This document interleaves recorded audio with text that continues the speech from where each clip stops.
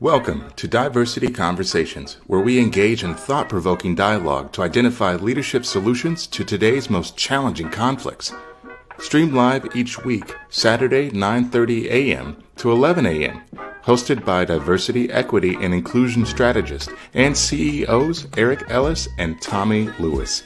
Join us and add your voice to this engaging diversity conversation. Good morning, Greater Cincinnati, Northern Kentucky, the United States, and the world. My name is Eric Ellis. I'm the president and CEO of Integrity Development Corporation, and I'm joined this morning by my good friend and my brother, Tommy Lewis, president and CEO of Make It Plain Consulting. Good morning, Eric. Good morning, Tommy. How are you, man? The crowd is cheering. Tommy. And that's what I need this morning, Eric. Over the last couple of days, I've been battling with a sickness, a virus, something that's going around.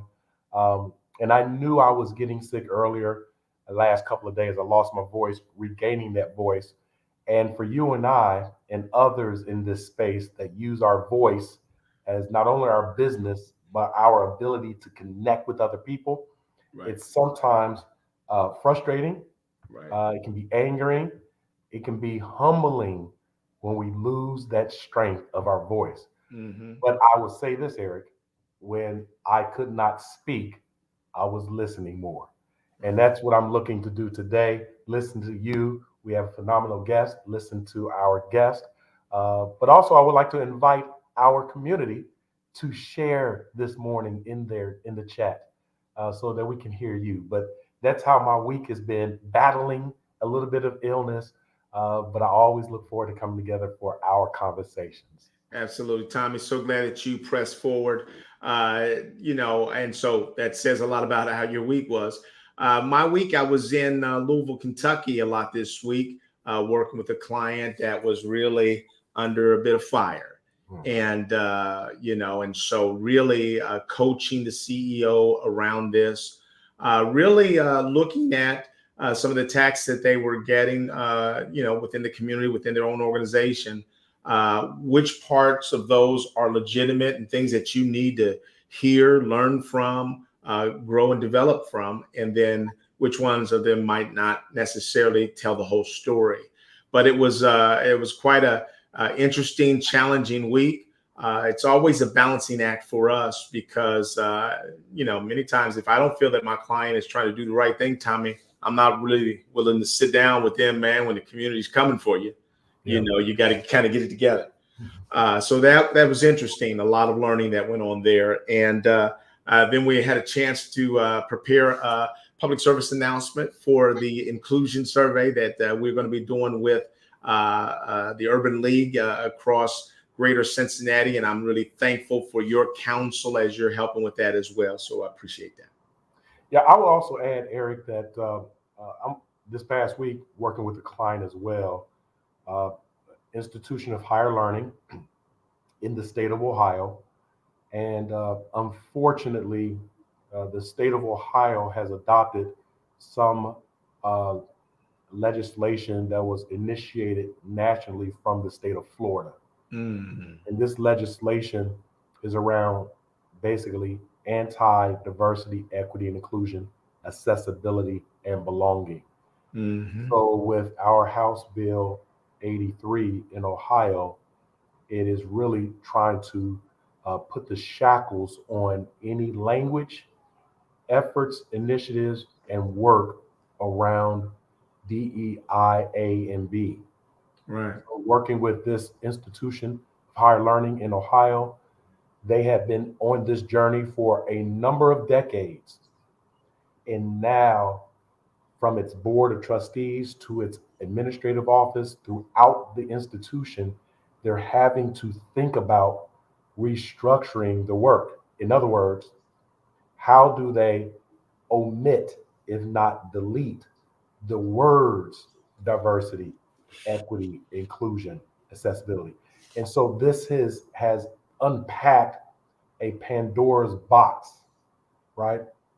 And whereby, accessibility is critical for our underrepresented and international students as we look at recruiting not only students, but faculty and staff. as we're looking to create that global learning environment for our students, undergrad and graduate students. This is going to diametrically and directly impact their experience. At the same time, Eric, faculty, staff, and students at this particular institution, have been saying, my experience is not the best. And so not only are we taking away their sense of belonging, Right. access to fair treatment, opportunities for advancement, a global experience, not only are we doing that, but we're literally silencing them. Right. Just like you mentioned with working with the opportunity with your client in Louisville, I've had a number of come to Jesus moments this week to say, okay, we need some psychologists and psychiatrists to work with people. And so we have our work ahead of us. We continue to do the work, the good fight, the fight. Right. But yeah, our weeks are loaded with opportunities and challenges. So I appreciate that, Tommy. I know we've got our guest that we're going to be bringing up here shortly, and she's got a lot of expertise in this space. I'm going to throw this question out there, Tommy, on the heels of what you just said there. Not knowing if she were today, I was just doing some research around mental health challenges created by workplace bias and discrimination. And I've got sort of the top 7 sort of mental health challenges that people face. But it feels so much like that area is so underdeveloped. I'm interested in her perspective on how strong a case can people make, because as I'm listening to employees in these workplaces, Tommy, they can't always put their hands on it, but they are under a lot of pressure, under a lot of anxiety. I'm seeing it in my own household. And I'd like to talk about that. But my wife also shared with me this morning the funniest video I've ever seen, Tommy, on a professional suer, a guy that sues companies professionally. I mean, that's just what he does. He says, look, I go in the company. He says, I know they all got discrimination going. So he says, I report it. I report it to my supervisor, so I'm covered there. And I go to HR and I report it to them.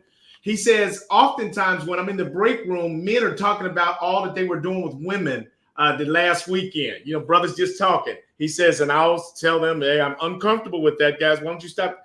And then he says, I'll go to HR, tell them about them. When HR goes to those guys, then they come to me. That's retaliation. I go tell HR. And he says he's gotten $50,000, $10,000 a pop. It was just hilarious because he's got it down to a science, what all he needs to do in order to keep getting paid. I mean, I just have never seen anything that hilarious in my life. But I almost would send the video to a lot of employees, man, that are getting beat down. They're just literally getting beat down by this. This guy says, I got this down to a science. I'm getting ready to get paid everywhere I go. He said, I've got all the data. He said the last time he said they knew that we were trying to get 50. They said, here, take 10 and go. I mean, this is like the 5th loss. He says, I just took the 10 and went on. This function is lucrative for those who are trying to game the system. Right. Our work, Eric, and thank you for sharing. Our work is to resolve those loopholes, not only from a people perspective, individual people gaming the system, leveraging the system, abusing the system, but not only the processes that might be inconsistent and unfair and inequitable, but ultimately we're trying to change culture. Right. But Tommy, I'll tell you what, I don't even think the guy is actually abusing the system. I don't think so either. I think what he's doing is, interestingly enough, he is demonstrating to us how commonplace this is, and everybody is just in it on a regular basis. Yeah. And there's actually no systems to even shut that down. So he's saying it's so unmanaged that I can guarantee that every time I can win. Oh, I agree. It keeps us busy. It keeps us busy, all of us. Right. And so with that being said, if you don't mind, Eric, let's bring in our guest. Absolutely. right? We've teed up our conversation this morning with a lot of different topics, but it is our honor and pleasure to have our special guest, CEO of the Institute of Health Equity and Innovation, Dr. Maria Espinola. Maria comes to us as a celebrity. I've done research on her, and she is phenomenal. Eric, you and she know each other a little bit better than I do. But again, welcome, Maria, to Diversity Conversations. Thank you. Thank you for inviting me. Absolutely. We, as you know, and you heard Eric and I teed up our conversation today with a number of different conversations. Mhm. Our community, they know us. If you don't mind, to share a little bit more about you, such that our community can learn more about you. Yeah, sure. Yeah, so I'm originally from Argentina. When I came here, I was 20 years old. I didn't speak English. I didn't know anybody. And I had studied psychology in Argentina for 3 years. I always loved psychology and human rights. It has been a passion of mine for many, many years since I was very young.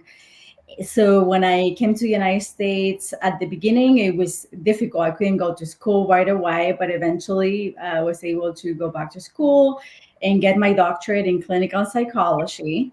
I also, that was at Nova Southeastern University in Florida. And then I went to Boston University to specialize in multicultural psychology, my passion. And then I went to Harvard Medical School to focus on trauma and the psychology of women. And after that, I came to Ohio and I worked as a full-time faculty member at the University of Cincinnati for 6 years. And it's going to be 2 years ago, I left to start my own organization, yes, and focus on different services. So today we're going to be talking more about the trauma-focused services. Mhm.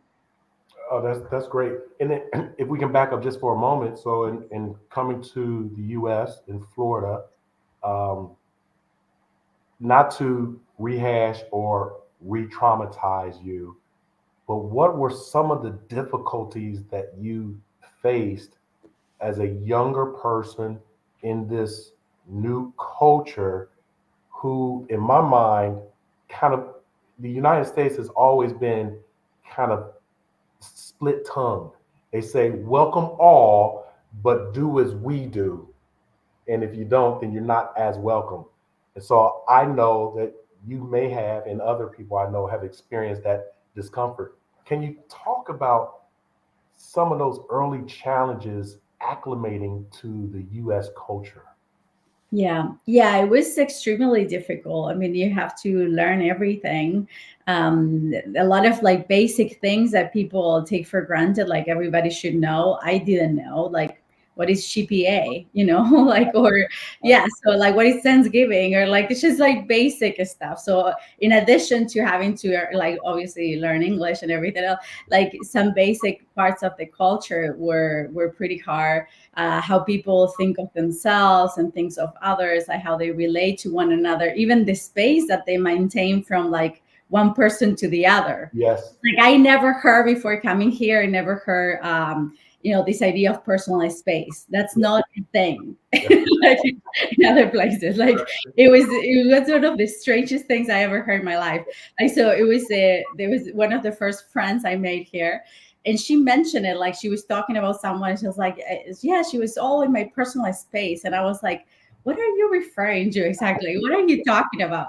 And I was like, so I'm thinking like this, she believed that the air around her is like belongs to her. I don't understand.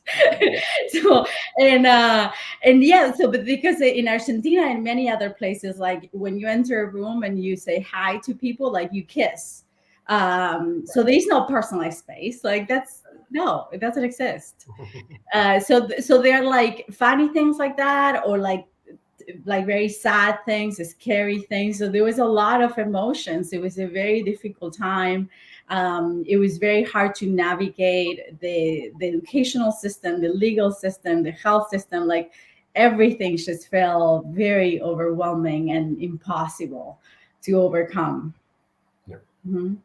Well, it says a lot about you that you were able to navigate those things to literally develop such success. What is it? How are you seeing the United States? So you were dealing with all of those difficulties, but you obviously had to be sort of establishing either a personal goal or a vision of what you could achieve here. What was that? When did you develop that? And how did you start sort of navigating your way through that? Yeah, so that has always been very clear to me. It's like what drives me. So I was born in Argentina, where at the time when I was born, there was a military dictatorship going on that was very horrific, and that ended when I was a toddler still. So I don't have actual memories of it. However, being raised in a brand new democracy after that had taken place completely changed my life and the way that I see everything. And because I started learning about what happened, and I developed this passion to promote human rights and democratic values since I was 11. So like at 11, I started advocating very openly too. So I used to write at 10, I started writing for a newspaper. I had a radio show at 12. I was in 2 documentaries by age 18. So I was very, very outspoken, very out there.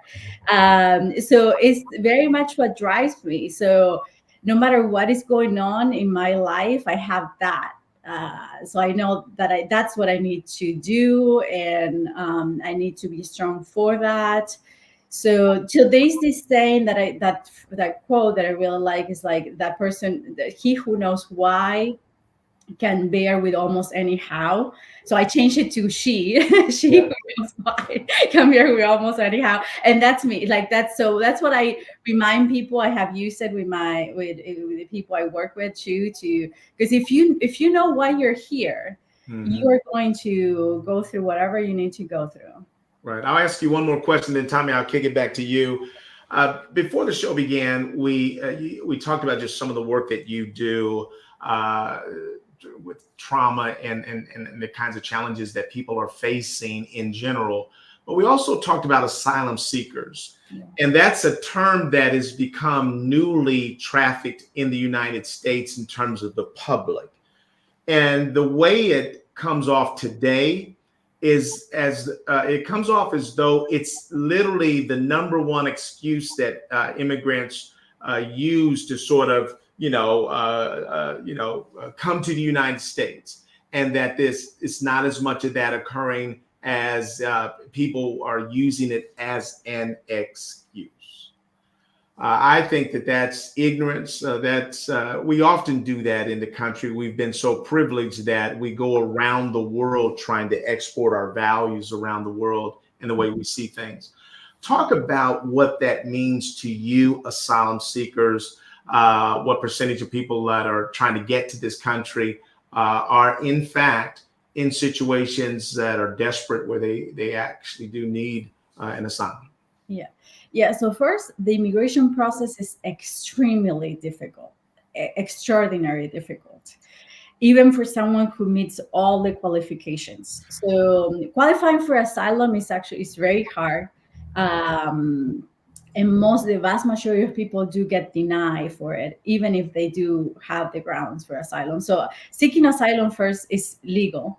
And anybody who claims asylum can bring up the case, and then the case should be reviewed objectively. And then if the person meets grounds for asylum, they should have an opportunity to stay. And the cases that I hear are just so horrifying that if people had the opportunity to hear what I hear, that would change their minds, because it's very, and I can tell you a few, obviously without getting into too many details, but just generally the type of cases I see. So in order to take cases for asylum, what I have done is to create a very large team, and I have native speakers of 10 different languages. So every time we receive a case, it's a lot of work. So every time we receive a case, so I give you an example. So let's say a woman from Congo. So I get a lot of women from Africa. So a woman from Congo. So from the moment I received the case, I start going through the entire legal file, even before I meet with her, right? So once she consents to move forward with the evaluation, I review her file to have an understanding of what is it that she's claiming took place. So once we have that, we start doing, and I am very knowledgeable. So this is what I do. I mean, this every day. So I generally have extensive knowledge of like the countries where the person is coming from. But regardless, I'm always learning, always constantly actualizing the information. So there's never an ending of the learning process here. So I research like the new documentaries that have been released, like the what is going on in the newspapers, human rights reports, whatever is going on, and then the specific area where she's from, plus the specific type of situation she's claiming took place. Then after that, I assign the case to someone, to work with me in the case, to someone who is a native speaker. So from Congo, usually from women from Africa, they request French generally. So I have women who are from Africa, who are native speakers in French, who are also like have lived experiences, right? And are trained in trauma or mental health. This is the request that I make in order to bring someone to the team. Like, it can't be just a random person a random interpreter. It is never that way. Like, I take so my goal always is like whoever comes into a room, whether it's like a physical room or the platform, because I see people in 37 states. So like a lot of people I see through the internet, but no matter where they are, the goal is to give everybody the same quality of service. So nothing should be missed during the interview. Right. We do that so one person in the team, for instance, not only she meets all these qualifications, but she's a psychologist herself. Right. Yes, right. an expert of women's issues, multicultural traditional trauma. The same, it's almost like very similar background to me, but she's from Africa and she helps me with these cases. So it's quite fascinating. I have the same for people who speak Russian, Hindi, Gujarati, Mandarin, like you name it. Like we get it. I'm sorry, just one more time. I think it'd be helpful to go one more layer deeper. Yes. In other words, asylum. They're coming here with trauma. That's the word trauma, but nobody really knows what we're talking about yet. Yes. What is it that they are experiencing that then qualifies them to? Yeah, so several cases from women from Africa, they have female genital mutilation. So that not only they have the physical evidence of that, but in addition to that, little girls who are subjected to this are by definition very vulnerable to begin with, because these are girls whose families have approved this. Okay, so we're talking about an extremely vulnerable girl who then grows up in this environment. So generally, in most cases, is also a victim of forced marriage to someone much older who takes advantage of that. Generally, these little girls also grow without access to education, access to healthcare, access to safety, and they are like subjected to horrific type of treatment overall. So it's generally not one thing that happened, but a number of things. So one case, for instance, after being subjected to all of this that I just mentioned, right? So she not only she was subjected to female genital mutilation, she was forced to marry a much older man who was part of a violent group in Africa, who tortured her and forced her to have children. She then had to escape the country and run somewhere else where she had an aunt who protected her, and that's how she was able to make it to the United States. So it's like, you hear all of that and it's just like, wow. I mean, how could we not give her a safe place to stay? It seems, so this is one case. I have many cases in Africa where women have been subjected to horrific sexual abuse that has been endorsed and even promoted by government officials. So it's like there's no safe place for them to go. So sexual violence has been used as a weapon of war, to oppress and make the lives of these women just horrific in every possible way. Right. As you're sharing, I'm reminded of a course in undergraduate school that I took 30 plus years ago. It was the psychological impact of slavery and oppression. And it speaks directly to what you're talking about. And so my question is, now these women in particular, and it's definitely not only women, but when they find you and your organization, can you talk about the process of kind of healing, if that's even possible, over decades of torture, in some cases, oppression, mutilization, etc. So we're looking at, 10 or so decades, a millennial, and now this person comes to you and your organization. What's the process toward healing? Yeah, good question. So the first step towards healing is the legal immigration status. It sounds strange to say, but honestly, because to have that over your head every day, the idea that the fear that you will be sent back to face even worse treatment, so these girls or women are escaping people who are waiting for them. If they go back, they will be killed. That's why they are here. So they have to live with that every day, with that fear. So healing is really extremely, I mean, in my opinion, not possible without getting that legal status first. Once that's done, it's almost like this huge relief that takes place. I can't even explain it. The other day, even a comedian was talking about it. And he's definitely not an asylum seeker or anything. He's just a regular immigrant from England, out of all places.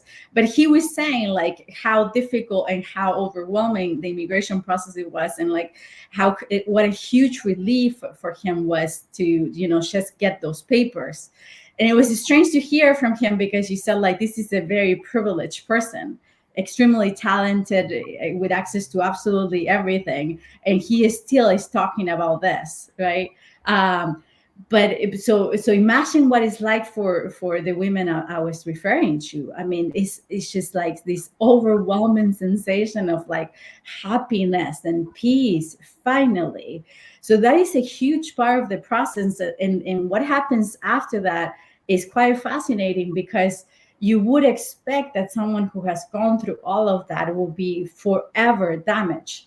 But just getting that legal immigration relief is huge. And from there you start. So there are very successful, effective treatments that can be used and that I use. What I have noticed is with immigrants and asylum seekers, I mean, those are the strongest people I have ever met, the most courageous. It takes so much courage to say, I am not taking this anymore. And as a little girl, as a young woman, I am leaving my country and everything I know behind.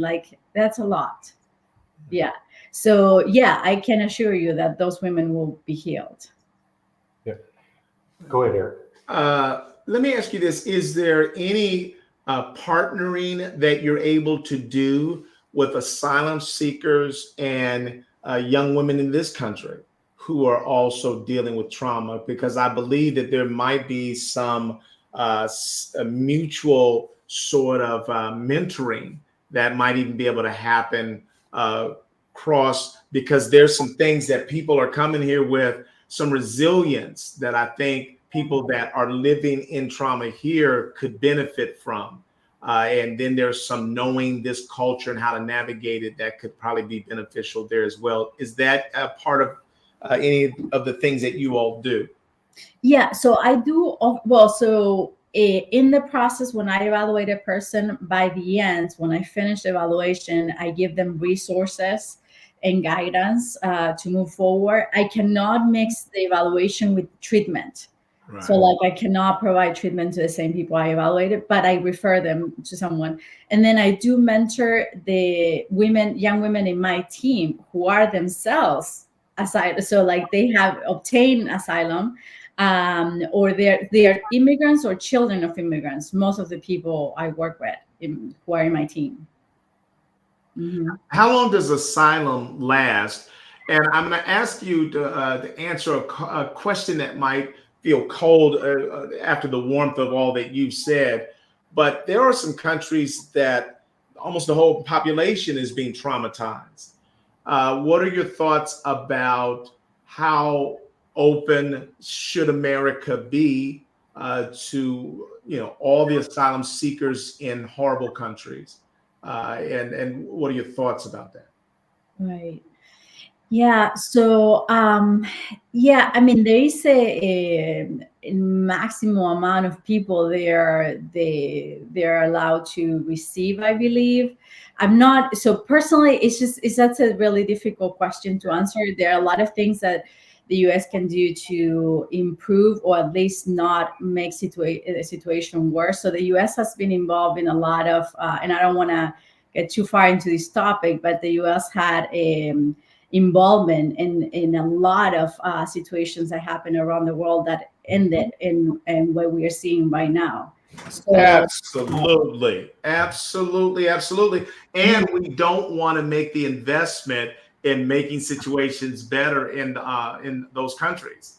Many of the situations that we've created, boy, that's a difficult topic because we seem to dodge most of our responsibility for things that we've done.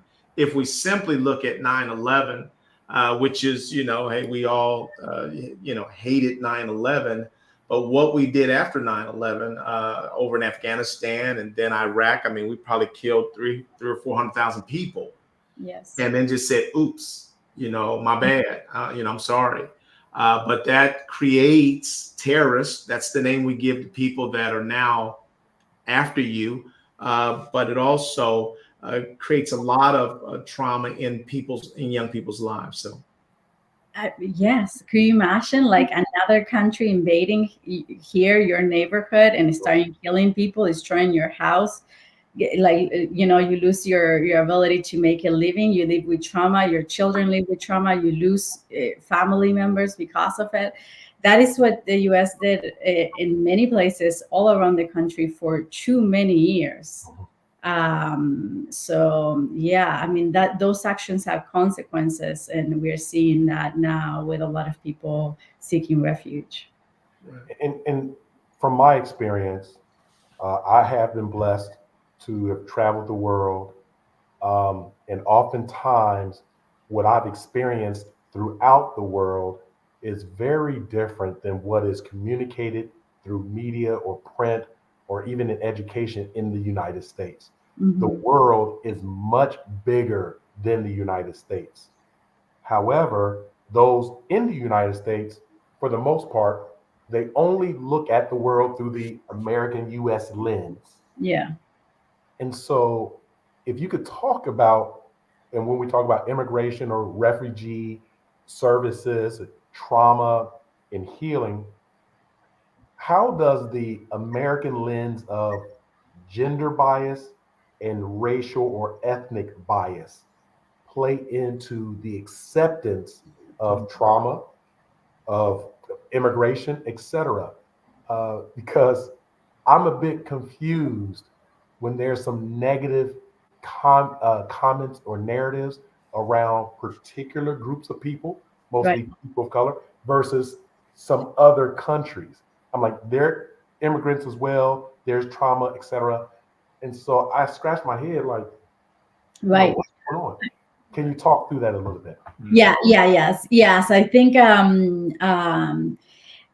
it's pretty clear that there are certain countries that are treated differently, and it's not that hard to figure it out when you look at how people look like in those countries.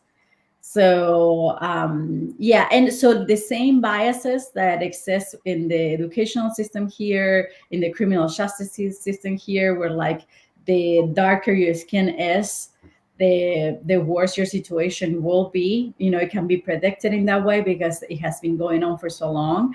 You can see it in the immigration system. Mm-hmm. Yeah, yeah.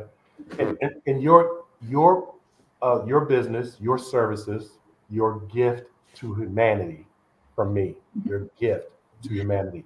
It serves people from around the world. They're coming to the US. How do people find out about you? Yeah, so it's mainly word of mouth for them. So I just printed out like a business cards specifically for this, but honestly, I get referrals every day from all over the country. So I see people in 37 states. Yeah, so I do have a website, and I'm very active in media. So people do see me a lot in radio, TV, newspapers, and all that. So, but generally, I have for most of the interviews, I haven't been bringing up this issue as much. But most recently, I said I'm gonna make a point to like make this, the topic of the discussion because it's really important and it keeps getting ignored. Right. So go ahead, Tom, if you had a follow-up question, I'm going to change it a little bit. My last quick follow-up question is, with your staff who have experienced trauma, Yes. how do they manage their trauma in hearing and learning of other people's trauma such that they themselves are not re-traumatized? Right. Yeah, that's a really good question. So I have like a number of so it's a list that I made just for them to follow. So in that, I tell them verbally, and then I have that in writing as well, but just to make sure that they don't take more than they feel are capable of at the time, to take breaks, to take care of themselves, to also if so they have access to the case before they enter, so like they know what the case will be about, so they have the option to one tell me like I do not want to work those type of cases, like this type of trauma is too much for me, like children or the elderly, like those tend to be like the most difficult ones for people to go through, so like to hear, so they can say that, and then that's it, like they will not be referred those cases, period. Then like if at some point during the process they feel something was too much for them, they need to regroup or something, they have the ability to do so. Yeah, so and I do the same as the modeling behavior, so I try to like tell them, like right now, like the asylum interviews can be very, very taxing emotionally, so I tend to like don't schedule more than one today, like usually I try to keep it at one, because especially the ones that need interpreters, they can go on for 2-3 hours, so by the time we're done, it's kind of like you don't have the ability to really think about anything else. You just need to go for a walk. Right, right, absolutely. Let me ask you this, because in the work that we do, I oftentimes I'll ask people a question like, "What's the number one diversity issue in the workplace?" And then they'll throw out things, and then if they say all their things, I'll say, "No, I'll say the number one diversity issue in the workplace is the one that affects you." Mhm. And so that's what I find, is that most people are there. So as we're talking about asylum seekers and all like that, for some people, it's up, it's just that's where it is for them. They don't know anything about the trauma of people coming from around the world, but they may have more interest in the trauma that they are experiencing in the workplace, and I also believe that that the trauma that people of color and diverse people are experiencing, that white people can sometimes experience as well if they have a horrible boss who's treating them. So I'm asking you that to start with, as people of color, as marginalized people in the workplace. I was looking at mental health challenges created by workplace bias, things like anxiety and depression, low self-esteem, stress-related disorders, increased risk of mental disorders, clinical depression are some of the things. I would say to you that people that have dealt with bias their whole life, they don't even realize sometimes that they're going through this. It's just affecting them, and then it can affect their relationships. What are your thoughts about how we get people in touch with what they're experiencing? And then what can they do with that for their own health? And that's where Tommy was saying sort of that self-care or clinical care that's needed. And then what can they do to push back on organizations around this? Right. Yeah. So I think, so I do consulting for organizations in that regard. Because generally, if one person is feeling that way, chances are there's like his second or third and more. And it's better for the organization just to think ahead and have something in place.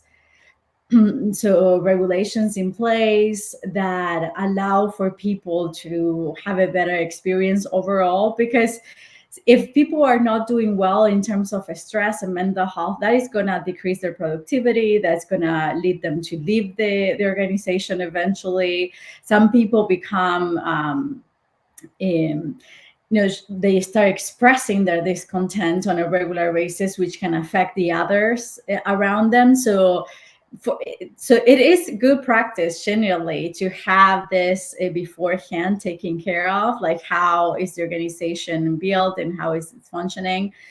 If you're talking about an individual person, and I have seen many people like that who come for therapy after they have experienced extreme levels of stress in their workplace. So there are several things that I recommend for them. So one is to like see what resources are available within the organization. People often miss that a lot. Like sometimes they're not even aware that there are resources. So looking at that first. Generally, a lot of organizations offer now like a certain amount of sessions free. So for sure, take advantage of that.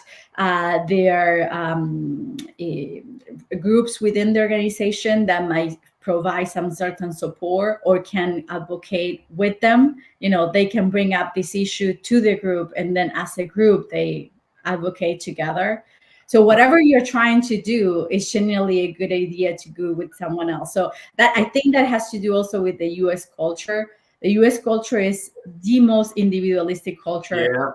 Yeah. So like people have a really hard time thinking outside of themselves. It's like, okay, like who else is experiencing that way? Like how can we come together and work together? Like you're always going to accomplish more if you work together. Like that's a fact. But because of the individualistic perspective, people often have a hard time saying like, okay, who else is in the same boat? Let me do a follow-up question on this. And it's in this way. So I would say to you, number one, something you already know, that in this country, we don't embrace mental health easily. So nobody even talks about it. Certainly nobody talks about counseling or anything like that. We're getting better with that. Because we know the trauma that we went through with COVID-19, and everybody's recognizing the impact. The 30 attorney generals are suing Meta for the impact that it's had on our young people. Do you have any tools or that will enable corporations to calculate what it's costing them to have people that are dealing with enormous amounts of stress and pressure unresolved? And I'll start here. That over the pandemic, I did a lot of work with the C-suite and learned that they are under as much pressure as anybody. That 72% of the C-suite is, fears being fired on a regular basis. 70% are looking for something else to do because it's costing them their significant others and their children. 80% are getting counseling from robots because they don't want people to even know that they are in need of help. Yeah. So do you have, here's what I know. The reason why I'm asking this question, Maria, is because I know what companies really care about is that bottom line. And so if you had a way of conducting assessments that enabled, starting with the leadership team, for them to learn more about what kind of stress I'm under and what kind of impact it's having on my effectiveness. Yeah, I can like share that with you because I have several, depending on what kind of organization it is. but yeah, I can share that with you. Okay. Mhm. Yeah, we'll talk about that because that may be something that we're able to do together. I'm looking for some digital solutions. They're now coming out with digital technology that enables you to be in touch with every one of your workers and understand. So I'd like to talk to you more about that as well. But I know this is just a huge issue in the workplace. And right now, the way that the politics in this country are going, it's almost like we're turning the clock back with now no empathy for people that are victims of bias and discrimination, which is Mhm. just shocking. Yes. Mhm. And when we're thinking of health equity and innovation, Mhm. what are we talking about? Yeah, so health equity is making sure that everybody has access to the same quality of care. Yeah, so and that has been an issue for forever, really. I think people have been trying to make a difference in that area, but it continues to be a challenge because so and a lot has to do with the way that the U.S. is structured. So if you are born in a poor neighborhood, you have access to the worst quality education. You don't have access to green spaces. You can feel safe on an everyday basis. You have less access to transportation, to good places to make a living. So overall, so the idea that you can predict someone's life expectancy based on their zip code is horrifying, and it shouldn't be like something seen as normal. That doesn't happen in other places. You cannot do that in a country where there is equity. So the way that other countries work is that they, not every country, but I'm talking about countries that have been successful at addressing this, is that they all the money comes together to the same place, and it gets equally distributed among all neighborhoods, all schools. So here, the way it works is that if you're born in a rich neighborhood, you're gonna get the best access to everything. If you're born in a poor neighborhood, that's it. It's your destiny. Like there's no way to get out. It's more difficult to get out of poverty than getting to Harvard here. So it's a structure that way. So taking care of that, the social determinants of health, is going to take some major reorganization in terms of at the state and federal level. Yeah, And and I've experienced countries whereby um, within their respective health care systems, mhm, uh, hospitals, uh, more or less doctors, physicians are compensated when the patient is well. right. Yeah. Yeah, when they get well. Yes. So whatever the treatment is, whatever the prescriptions are, the health care, it's in their view, once you get better, then all is well. Then compensate me for that. Yeah.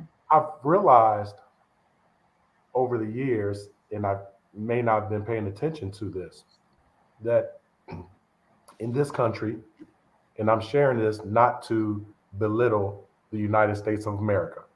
For those who are watching and listening to this, this is just as an American, Right. a critique Right. that our system, we may not be as much cared about you getting well. There are too many situations that the treatment is just a step in the process. In other words, you come in, try this. Oh, it didn't work, come back. Now you have to pay me for this, either you or your insurance. And if you don't have insurance, then we'll make another decision to treat you or not. Right. Now, if you don't have access by way of transportation or your zip code or socioeconomic status, those variables now pile on to the opportunity for that access for step two, right? Once we get down to step 10 of, kind of treatments that may have worked to a point or not, there's so many people in this country that have already are eliminated from that process. Yeah. I talked with you all this morning, and thank you for your patience. I've been under the weather, if you will, for about a week, right? I have a personal doctor. I'll be seeing them on in a couple of days, Monday or Tuesday, right? My vehicle is reliable. I have insurance, Mm-hmm. all these things, but that has not always been the case for me. Mm-hmm. And so I take great pride and privilege to be able to get treatment. Where in the past, when those resources were not available to me, I was literally making a decision to either continue on with whatever sickness or try to get well. And sometimes I just had to continue on and hopefully this thing will go away. Mm-hmm. It's physical or mental or psychological sickness or illness or unwellness. Right. We don't always have the choice to get better because things get worse over time. And so that as I'm listening to you, I'm just thinking that our systems are we need to really take a look. And I know that's the proverbial we, right? Just like I've got a specific follow up on that one, though, Maria, Tommy, because you and I go ahead. talked about it last week. Yeah. Now we might even be able to enroll you in this process this week. One of the things that we know, I believe we know is foolishness to believe that a structure or systems are biased and then to wait for those systems to provide your answers for your own healing. So I think that's foolishness. Mm-hmm. So what Tommy and I talked about last week, I was talking about the best experience that I've ever had with sticking with fitness in my family was when me, my wife, and my daughter were all getting up at the same time working out together. It was Mm-hmm. something magical about the three of us making this commitment together that if one wasn't into it, the other two. If two weren't into it, the other one could, prod them. And so Tommy and I then started talking about this whole notion of self-care. How do we sort of bring this to a community where we begin to say to each other through social media that we're going to all partner together for our mental and physical health and well-being? As I think about the work that you do around innovation, is there a way for us to think about scaling something like this in a way that we could even go to insurance companies and the like and get discounts based upon like non-smokers, Yeah. I think that it's going to be something like that that we've got to develop and not keep sitting around year after year after year waiting on somebody else to read all these reports and studies and come save us. Right. Yeah. Yeah. There was some conversations about like getting insurance companies to offer discounts for people who can show they have been walking or they have been going to the gym, because you now have like gadgets, right, that you can use to show like your level of activity. So I think that would be great because it's a way to encourage people. I mean, like financial incentive is a really good way to get people moving. So for Right. sure, I think that's a great idea. And to Any you, other thoughts, points that you want to make sure that we cover as it relates to you before we wrap up? Because Tommy and I certainly have more questions, but I want to make sure that we create some space for you to make any statements, ask any questions that you may have before the show wraps. yeah, I mean, just so well, I offer free consultations for people.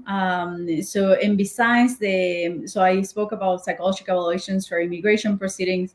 In addition to that, I do psychological evaluations for personal injury and for criminal responsibility proceedings. So personal injury, those cases are the cases of survivors, generally people here, U.S. citizens who were victimized in some way. It could be through child sexual abuse, sex trafficking, sexual assault, and their perpetrators have already been indicted or are already served their time. at this time, the victim is, oh, I don't know, I think an echo. I don't know. Can you hear me okay? Yeah. Oh, okay. Yes. So at this time, the victim is doing a lawsuit against the organizations they believe are responsible, partly responsible for their suffering. So those are school districts, churches, universities, hospitals, U.S. agencies. So those are very large lawsuits. And what I do is to evaluate the level of personal injury. Mm-hmm. And then I do criminal responsibility evaluations, and those are the cases of generally are not guilty, potentially not guilty by reason of insanity cases. So this can include people who were mentally ill at the time of the offense and couldn't distinguish right from wrong. So I do that, and I do evaluations for survivors of trauma too, who have tried to defend themselves, and in the process of trying to defend themselves, the perpetrator was harmed or killed. So do you have a law firm that partners with you on this? So my evaluations have to be objective, so I cannot partner with a law firm, but law firms refer me cases from all over the country, so there are a lot. Mm-hmm. Any law firm can refer me a case, yeah. I'm thinking of an organization that we work with that is in Virginia and West Virginia. Very large organization, phenomenal leadership, and they have, in the last 3 to 4 years, really launched their immigration and refugee services. They're challenged with a couple of things. One, with their staff, who are, for the most part, immigrants and refugees themselves, really working through, as you said, the challenges of not only being immigration, but the process. This organization, the staff, they're frustrated to all end about the process in itself.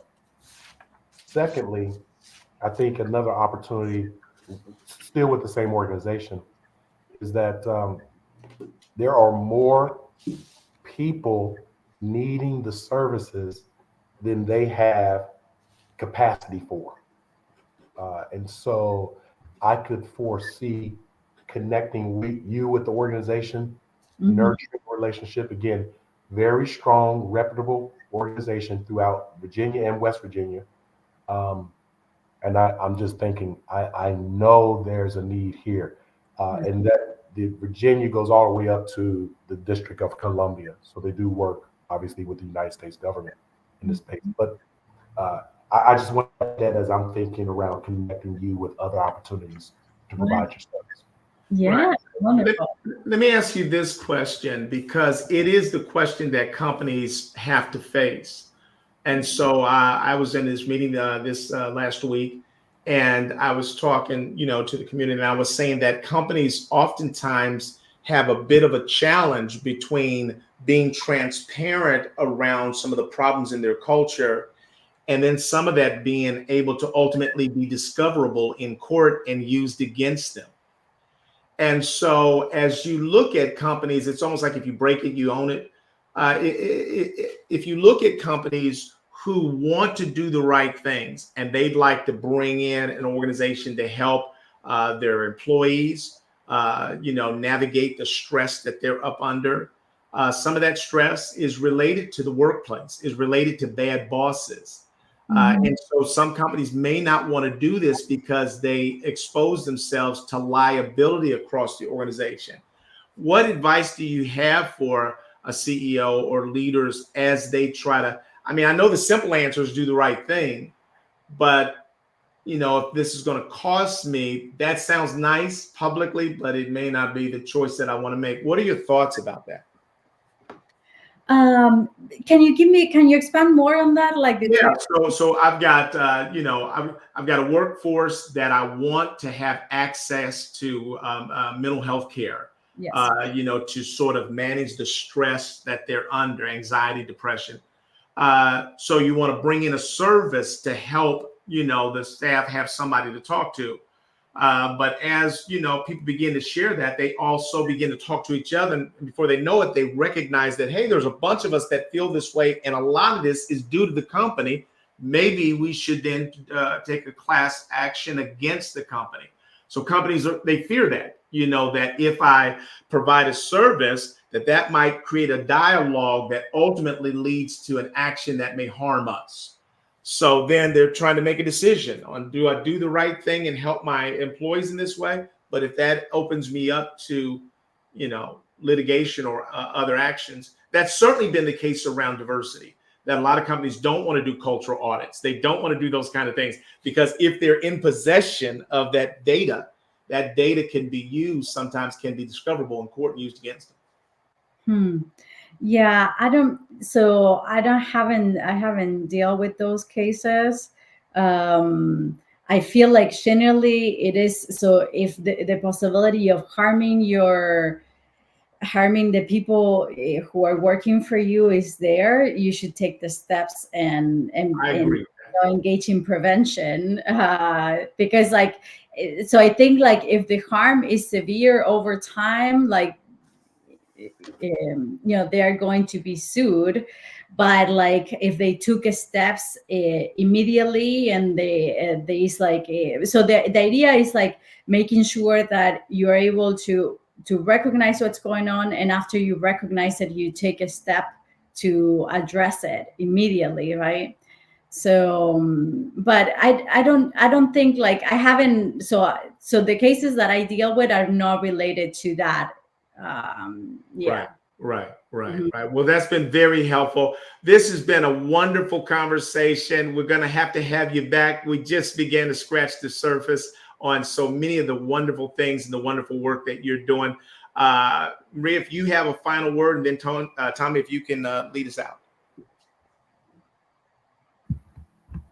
Well, I'll close out to say this, that I think that Maria is a gift to humanity.